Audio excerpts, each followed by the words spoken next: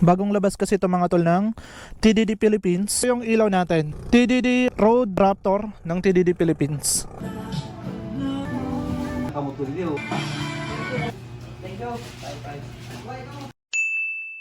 Punta tayo dun sa dulo kasi mag-unboxing tayo. Aso sa umaga.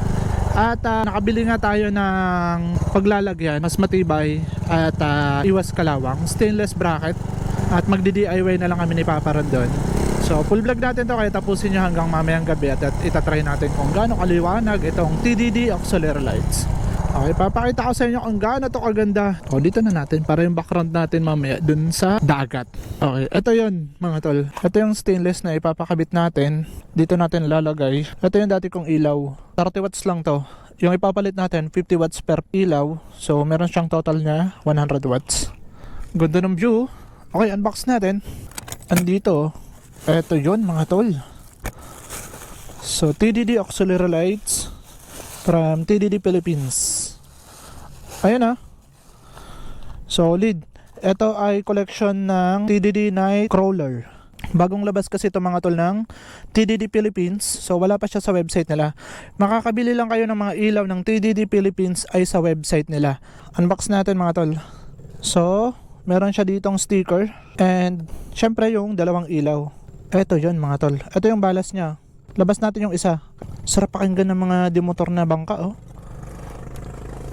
Yun diba ito yung kagandahan dito kapag sa dagat ka nag-vlog. Okay, ito yung ilaw natin. TDD Road Raptor ng TDD Philippines. Okay. So dito natin yung lalagay. Napakalayo diba? Sobrang laki niya mga tol kahit ito. So ikakabit natin to ngayong araw na to. Kaya full vlog tayo mga tol hanggang sa shop ni Papa Ron. Samahan nyo ako for today's video at doon tayo papunta ngayong araw na to. Papakabit tayo at mamayang gabi tatry natin to. Napakaganda ng box nila mga tol. Ayan Kung makakabili kayo ng fake, hindi ganito yung box na matatanggap nyo. Kasi meron mga nag-comment sa akin na nakabili daw sila sa Shopee. Hindi po kayo makakabili sa Shopee. Kung meron man, reseller po yun. Hindi po yun yung official website ng TDD Philippines. So makakabili kayo ng original na TDD auxiliary lights ay sa website nila. So for now, papunta na tayo doon sa shop ni Papa Ron. Ganito po kagulong aking box. And unbox natin to. Although nakita ko na to, pero papakita ko sa inyo yung nabili kong switch na gagamitin. Ito yan. Ito yung switch na gagamitin natin. Dito natin siya isa-set up at dito tayo maglalaro. So 2-way, 4-way switch na din to. Dalawang 2-way, 7 modes, combination na lang gagamitin natin. Kasi pwede na lang i-combine yung low and high, which is yung yellow tsaka white. And then meron siyang laser mga tol. Okay, papunta tayo doon kala Papa Ron. So subukan natin ang lakas ng ilaw nito. Ganda ng view. Morning, good morning. Dito tayo nag-unbox. Ganda. Ganda mag-unbox. Mukha lang uulan pero sana wag naman. Okay, let's go. Tingnan natin kung bukas na si Papa Ron. Mag-alas 8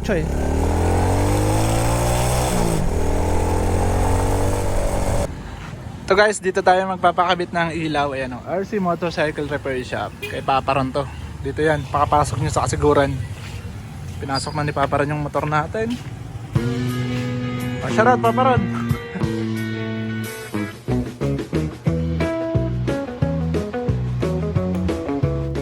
So ito mga tol, sinisimulan muna ni Papa Ron baklasin yung dating ilaw natin bago tayo kabit na TDD Road Raptor.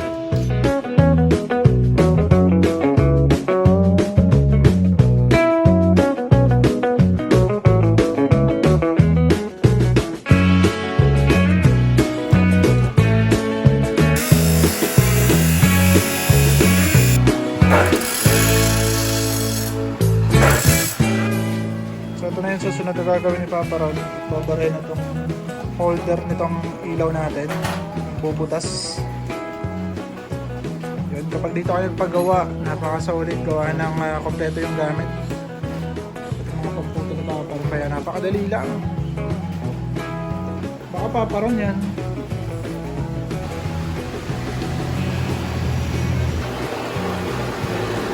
Sinasimulan na ni Papa Ron magbutas. Okay, dito simulan na natin tatanggalin yung headlight. Tulungan na natin Papa Ron para mamaya magkakabit na lang siya ng ilaw. Buwiring na lang. Let's go!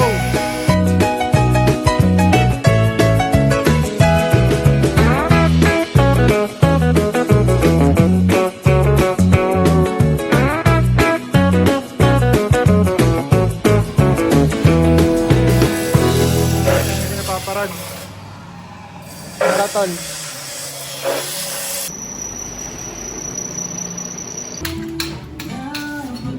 Dito meron din pala si Paparan ng hydraulic press para sa mga nabengkong na telescopic.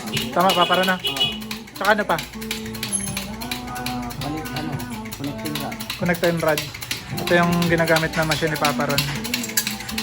Kompleto dito sa RC Motorcycle Repair Shop, Kasiburan mga tol. Message nila ako kapag di nyo nakuha. Bibigay ko yung full address. Kaya ang kagandahan dito kasi kompleto sila ng gamit.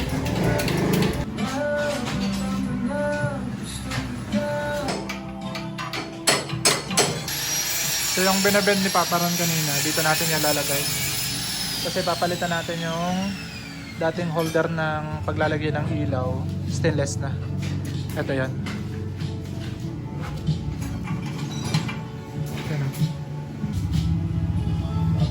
Napakadali na lang oh. Ito na guys, dito na siya nakakabit. So stainless na to. Stainless na yung paglalagay ng bracket. Yung busina natin, papalitan na pala natin yan. So ito yung dating DIY natin, sila din ito gumawa. Pero hindi ito stainless. Ito na yung bago. Stainless na.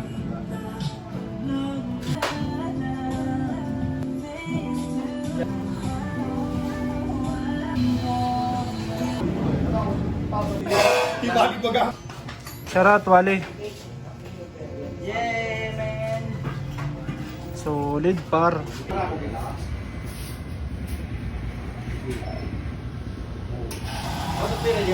Ito yung relay na gagamitin ni Paparan. Tatlong relay para dito sa ilaw. Since meron siyang 7 mode. At magpe-play na lang tayo sa switch na ikakabit natin. Ayan. Ito yung switch natin. So doon na lang maglalaro yung 7 mode combination.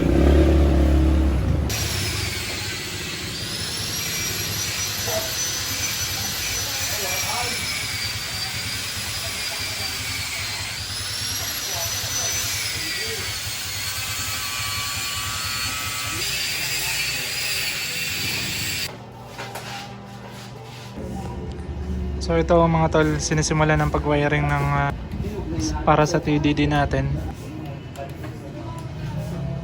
Kurang ko yung nakamotor niyo. Ayaw na?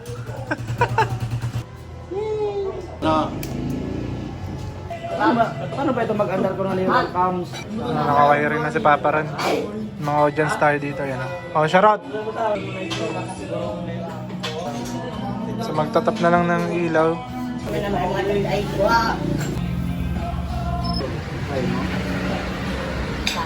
So meron dito nagpadala ng motor na ipapaayos. Tingnan yung mga tala. Wala na, di na nakakabit. Bihira. So dito tapos na mga tol mag-wiring si Paparan. So magkakabit na lang nitong TDD auxiliary lights at inaayos na lang yung wiring. So mamayang gabi tatry natin to kung gaano to kaliwanag. Kaya abangan nyo, tapusin nyo tong vlog na to. Tatry natin to. So ito mga tol, nakakabit na yung ating TDD auxiliary light. Ayan. Nakakabit na, bali inaayos na lang yung wiring tsaka yung tatap na lang yung headlight. So mamaya tatry natin to. Tatry natin yung mamayang gabi. Solid, ang laki. Sakto. Brand out. Saktong-sakto kasi tatry natin yung TDD auxiliary lights ng TDD Philippines, ang TDD Road Raptor mga tol. Papakita ko muna sa inyo ang kanyang eagle eye. At yan, napakadilim talaga mga tol. Ito yung kanyang eagle eye. Yan, kulay red mga tol at naka-setup na ang ating Road Raptor, ang bagong product ng TDD Philippines. Ito yung kanilang page, TDD Philippines, at sa page lang kayo makakabili ng kanilang napaka-solid na ilaw mga tol. Nasa website nila. Ay, bumalik na. Sige, try natin. Kahit dito sa National Road, 4 lanes. 7 modes to mga tol, depende sa combination ng ilaw na gagamitin nyo at maglalaro na lang kayo sa switch mga tol. Okay, try natin. Ito, 4 lanes mga tol. Unang ilaw, yellow. Ayan, napaka-solid mga tol. Yellow, pero meron siyang combination ng eagle eye, kulay red. Pag pinatay natin yan, nakabukas ang kanyang eagle eye. Ayan, kulay red. And kanyang white, kahit nakabukas yung kanyang eagle eye, okay lang yan. Pwedeng gamitin ang kanyang ilaw na white, white beam, yellow beam, kahit nakabukas ang kanyang eagle eye na kulay red. Meron siyang laser combination, pwede nyo gamitin yung tatlong combination. Pwede nyo gamitin yung combination ng yellow, eagle eye, and nakabukas ang kanyang laser. Ayun, laser yan mga tol. High beam, tsaka laser. Oh, high beam, laser on. Napakataas nga lang kasi hindi pa natin naaayos. Gawa ng aalis talaga tayo ngayong gabing to. Papunta tayo ng Irusin. Pero tatry na natin para makita nyo. 4 lanes at napakaganda. Kitang kita dito. Kahit kabilang lanes, kitang kita. Yung dalawang lanes sa kabila, kitang kita. Lalo na kapag white. High beam yun na white. Tignan nyo kung gaano kadilim dito at kung gaano to iilawan ng TDD Road Raptor. Yellow. Yun, napaka-solid mga tol. Kulay yellow yun ha, may kasalubong lang kasi tayo. Pero yung yellow nila ay hindi naman gaano ka nakakasilaw. Pero ang liwanag talaga mga tol. Sobrang liwanag. Ito ay provincial road mga tol, going to Matnog. At tatawid kayo ng Samar. Napaka-solid. 4 lanes mga tol, sakap na sakap niya buong kalsada.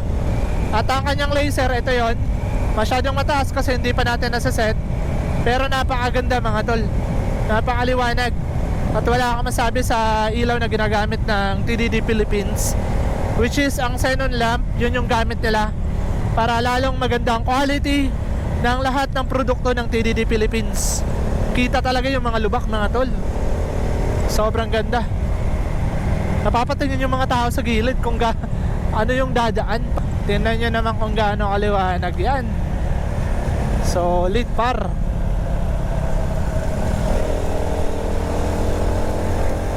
Ayan ha. Nakatulong pa tayo kay tatay para magkaroon siya ng malakas na ilaw. Patayin natin, meron kasalubong eh. Ayan ha. Solid par. Baka TDD yan.